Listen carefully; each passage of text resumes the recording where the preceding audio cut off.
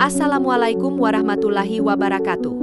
Selamat datang dalam video pembelajaran tentang sistem pernapasan manusia.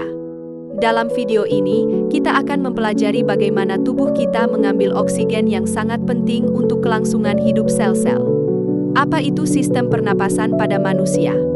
Sistem pernapasan adalah rangkaian organ yang bekerja sama untuk memungkinkan pertukaran gas antara tubuh dan lingkungan.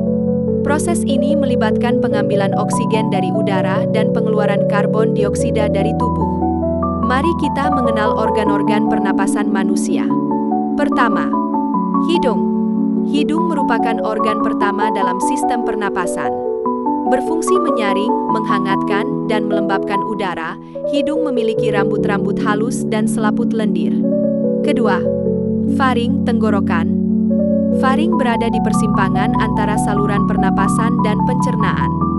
Faring dilengkapi katup epiglotis untuk mencegah makanan masuk ke saluran pernapasan. Ketiga, laring, kotak suara. Laring merupakan tempat pita suara berada, yang berperan dalam produksi suara trakea, batang tenggorok. Keempat, trakea. Trakea memiliki saluran berbentuk pipa yang dilengkapi cincin tulang rawan dan memiliki sel-sel bersilia untuk menyaring kotoran. Kelima, bronkus. Bronkus merupakan percabangan dari trakea yang letaknya menuju paru-paru kanan dan kiri. Keenam, paru-paru. Paru-paru adalah organ utama pada sistem pernapasan yang berisi bronkiolus dan alveolus. Paru-paru merupakan tempat pertukaran gas terjadi. Pembahasan selanjutnya tentang mekanisme pernapasan. Mekanisme pernapasan manusia merupakan proses yang kompleks dan terdiri dari dua fase utama, yaitu inspirasi, menghirup udara, dan ekspirasi, menghembuskan udara. Saat fase inspirasi, otot diafragma berkontraksi dan bergerak ke bawah, diikuti dengan kontraksi otot antar tulang rusuk eksternal yang mengangkat tulang rusuk ke atas dan keluar. Gerakan ini menyebabkan volume rongga dada membesar, sehingga tekanan udara dalam paru-paru menurun menjadi lebih rendah dari tekanan udara luar. Akibatnya, udara dari luar masuk ke paru-paru melalui hidung atau mulut, kemudian melalui trakea, bronkus, bronkiolus, hingga akhirnya mencapai alveolus. Pada fase ekspirasi, otot diafragma relaksasi dan kembali ke posisi semula dengan bergerak ke atas. Bersamaan dengan itu, otot antar tulang rusuk eksternal juga relaksasi sehingga tulang rusuk turun dan bergerak ke dalam. Proses ini mengakibatkan volume rongga dada mengecil dan tekanan udara dalam paru-paru meningkat menjadi lebih tinggi dari tekanan udara luar.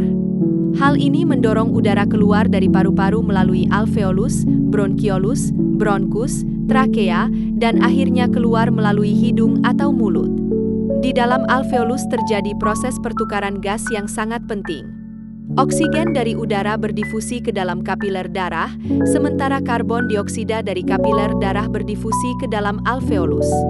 Hemoglobin dalam sel darah merah mengikat oksigen membentuk oksihemoglobin. Darah yang kaya oksigen kemudian dipompa ke seluruh tubuh melalui sistem sirkulasi. Volume udara pernapasan terdiri dari beberapa jenis. Volume tidal adalah volume udara yang masuk dan keluar saat bernapas normal, sekitar 500 ml. Volume cadangan inspirasi mencapai sekitar 3000 ml, merupakan volume udara tambahan yang bisa dihirup setelah inspirasi normal. Volume cadangan ekspirasi sekitar 1200 ml adalah volume udara tambahan yang bisa dihembuskan setelah ekspirasi normal. Volume residu sekitar 1200 ml merupakan volume udara yang tetap di paru-paru setelah ekspirasi maksimal. Kapasitas vital paru-paru mencapai sekitar 4700 ml, yaitu jumlah udara maksimal yang dapat dihembuskan setelah inspirasi maksimal.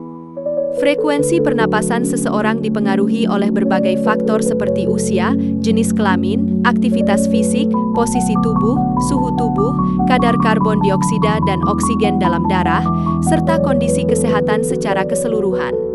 Semua faktor ini berperan dalam menentukan seberapa cepat dan dalam seseorang bernapas untuk memenuhi kebutuhan oksigen tubuhnya.